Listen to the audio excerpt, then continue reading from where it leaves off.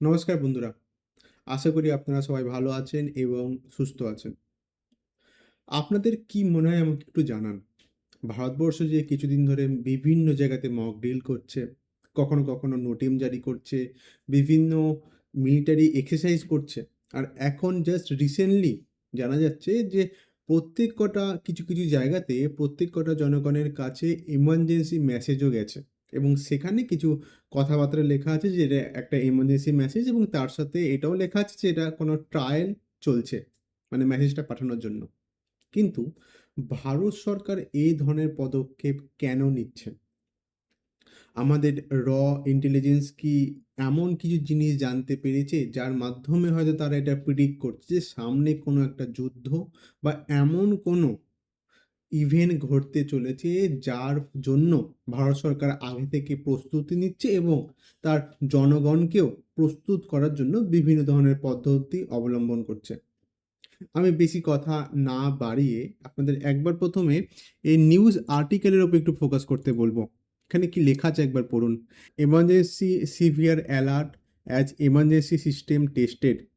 আপনাদের ফোনেও হয়তো এই ধরনের কোনো একটা মেসেজ গেছে যেখানে লেখা আছে একদম ওপরে, এক্সট্রিমলি সিভিয়ার অ্যালার্ট, ইন্ডিয়া লঞ্চে cell broadcasting using indigenous technology for the instant disaster alerting service for its citizen. Alert citizen, save nation. No action is required by the public upon receiving of this message. This is a test message, Government of India. দেখুন বন্ধুরা, ভারত সরকার এই ধরনের যে message যে এখন পাঠাচ্ছে এটা কিছু নতুন না কিন্তু। কিন্তু যে মেসেজটা গত দুদিন আগে বিভিন্ন সাধারণ জনগণের ফোনে বেজে উঠেছিল সেটা কিন্তু আর পাঁচটা নর্মাল এমার্জেন্সি মেসেজেস থেকে আলাদা। এমার্জেন্সি মেসেজ বলতে এর মধ্যে অনেক কিছু কিন্তু আছে। যেমন ধরুন আমাদের মধ্যে এই পশ্চিমবঙ্গে তো এখন প্রায়শই কালবৈশাখী আসছে। দেখবেন যে আমাদের ফোনে কিছু মেসেজ পাঠানো হয় যে নেক্সট ১-২ ঘন্টার মধ্যে ৮০ কিলোমিটার বেগে সিভিয়ার থান্ডারস্টর্ম বা উইন্ড বইতে পারে। এই ধরনের মেসেজ আমরা প্রায় পেয়ে থাকি। কিন্তু মজার বিষয়টা হচ্ছে যে এই ধরনের মেসেজ মাঝে, মাঝে ঠিক টাইমেই আসে। মানে এই যে ভীষণ জোরে ঝড় হবে তার আগে মাঝে, মাঝে মেসেজগুলো পাঠানো হয়। আবার কখনো, কখনো আমরা দেখতে পাই যে ঝড় হয়ে গেছে তার অনেকক্ষণ পর মানে ৪-৫ ঘন্টা পর এই মেসেজগুলো আমরা রিসিভ করছি। মানে ততক্ষণে যা হওয়ার হয়ে গেছে তারপর আমরা মেসেজ রিসিভ করছি। যার ফলে যে পারপাস মেসেজটা পাঠানোর তার কোনো মাথামুন্ডু থাকে না। কিন্তু ২ দিন আগে যে মেসেজটা আপনাদের ফোনে বেজে উঠেছিল, আপনারা আমাকে জানাবেন। আমি এরকম ধরনের কোনো মেসেজ পাইনি তাই আমি দেখাতে পারছি না। এই ধরনের মেসেজ যদি বেজে থাকে এইটা কিন্তু আর ৫ টা যে মেসেজ আমি আপনাদের উদাহরণ দিলাম তার থেকে আলাদা। প্রথমত, যদি আপনার ফোন সাইলেন্টও থাকে, তাহলেও কিন্তু এই মেসেজ তীব্র আওয়াজের সাথে বাজবে। মানে আপনি ধরুন শুয়ে আছেন এবং তার জন্য আপনি সিম্পলি ফোনটাকে সাইলেন্ট করে রেখে দিয়েছেন। কিন্তু এই ধরনের মেসেজ যদি পাঠানো হয়, তাহলে আপনার যে ফোন সাইলেন্ট করা আছে, সেটা সে উপেক্ষা করবে না এবং সে তীব্র আওয়াজের সাথে মেসেজটা আপনার ফোনে ডেলিভার করবে এবং আপনাকে বাধ্য করবে ওই মেসেজটা দেখার জন্য। প্রথমত আমরা এটা বলে রাখি যে এই ধরনের যে টেকনোলজি এটাকে বলা হচ্ছে ইন্ডিজিয়াস টেকনোলজি, মানে এটা সাধারণ কোনো টেকনোলজি না কিন্তু। এই যে আরও আমি ২-৩ টে আপনাদেরকে উদাহরণ দিচ্ছি। ধরুন অনেক সময় অ এর কিছুদিনের মধ্যে আমাদের অপারেশন যে সিন্দুর ছিল তার অ্যানিভার্সারি আসছে। ধরুন এইরকম কোনো সিনারিও হয়েছে যে এই পশ্চিমবঙ্গেও কোনো একটা অ্যাটাক হবে। এবার যারা টেররিস্ট তারা অনেক সময় আমাদের যে জায়গাতে ধরুন অ্যাটাক তারা করবে, তারা সেখানকার যে সেলফোনের টাওয়ার আছে সেটাকে হয়তো হাইজ্যাক করে নিল বা হয়তো জ্যাম করে দিল। সেই সময় তো আপনাদের কাছে এ ধরনের কোনো মেসেজ আসবেও না। তাহলে আপনারা জানতেও পারবেন না।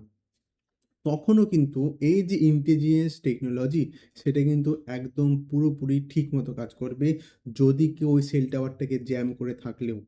এবার এই টেকনোলজিটা কতটা অ্যাডভান্স সেটা তো আমরা এখনো পুরোপুরি জানতে পারছি না। যত সময় যাবে এই ব্যাপারে হয়তো আরো ডিটেইলস আমরা জানতে পারবো। কিন্তু আমি যেটা একদম এই ভিডিওর ১ম এই বললাম যে, ভারত সরকার এই ধরনের স্টেপ কেন নিচ্ছে? এটা নিশ্চয়ই এমনি নিচ্ছে না। সবকিছুর পেছনে বন্ধুরা একটা কারণ থাকে। আর আমাদের কাজ হচ্ছে মানে বিশেষ করে আমার কাজ হচ্ছে এই পেছনের কারণ কি হতে পারে সেগুলো আপনাদের সামনে পেশ করা। দেখুন, এই অপারেশন সিন্দুর যে অ্যানিভার্সারি সেটা হতে আর বেশি দিন বাকি নেই। বহুদিন ধরে আমরা শুনে আসছি অপারেশন সিন্দুর 2 হবে।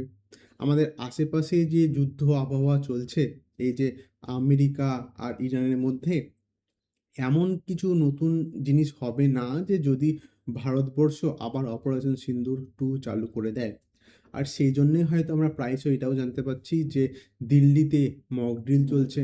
দিল্লিতে যে মক ড্রিল চলছে এটা কিন্তু প্রায়শই এখন জানা যাচ্ছে। কখনো আমরা এটাও জানতে পারছি যে ভারতবর্ষ নোটেম জারি করে দিয়েছে। মানে air to know fly zone. কখনো আবার বিভিন্ন জায়গায় মিলিটারি এক্সারসাইজও চলছে। এবং এখন আমরা দেখতে পাচ্ছি যে এই ধরনের এমার্জেন্সি অ্যালার্ট ভারতবর্ষ পাঠাচ্ছে তাদের সিটিজেনের কাছে। এবার এই জিনিসটা হয়তো আমি ভুলও হতে পারি। কিন্তু এইগুলো একটা টাইমিং ম্যাটার করে। এই সব কিছু জিনিস এত কম সময়ের মধ্যে যখন ঘটে, তখন আমরা শুধুমাত্র সেটাকে কোইন্সিডেন্স হিসাবে কিন্তু আমরা ছেড়ে দিতে পারি না। হ্যাঁ, হয়তো আমি ভুলও হতে পারি। এটাও হতে পারে যে ভারত সরকার শুধুমাত্র তার সিটিজেনকে অ্যালার্ট করার জন্যই এই ধরনের পদক্ষেপ নিচ্ছে। আপনাদের কি মত? অবশ্যই কিন্তু কমেন্টে লিখে জানাবেন। আচ্ছা, এবার আমি নেক্সট খবরে আসি।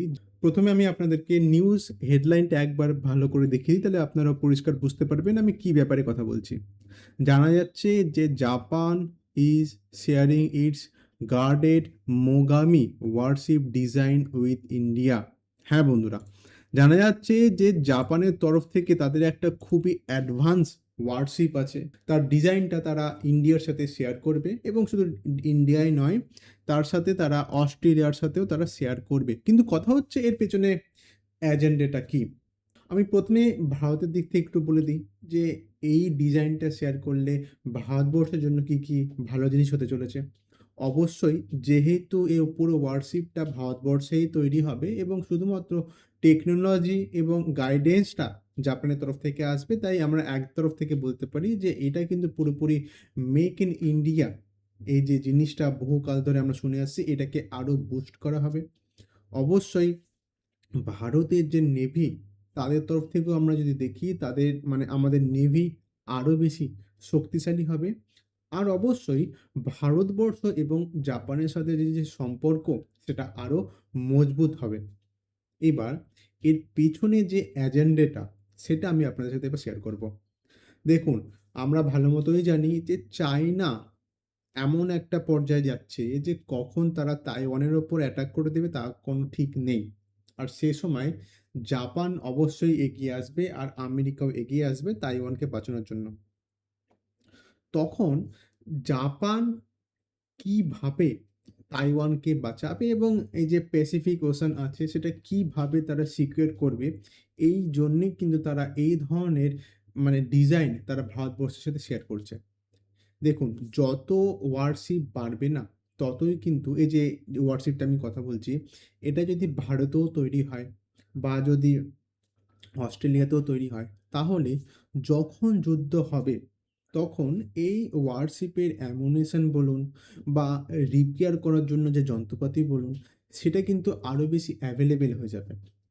জাপান দেশটা কিন্তু খুবই ছোট। যদিও তারা ইকোনমিক দিক থেকে কিন্তু ভারতের থেকেও এগিয়ে আছে।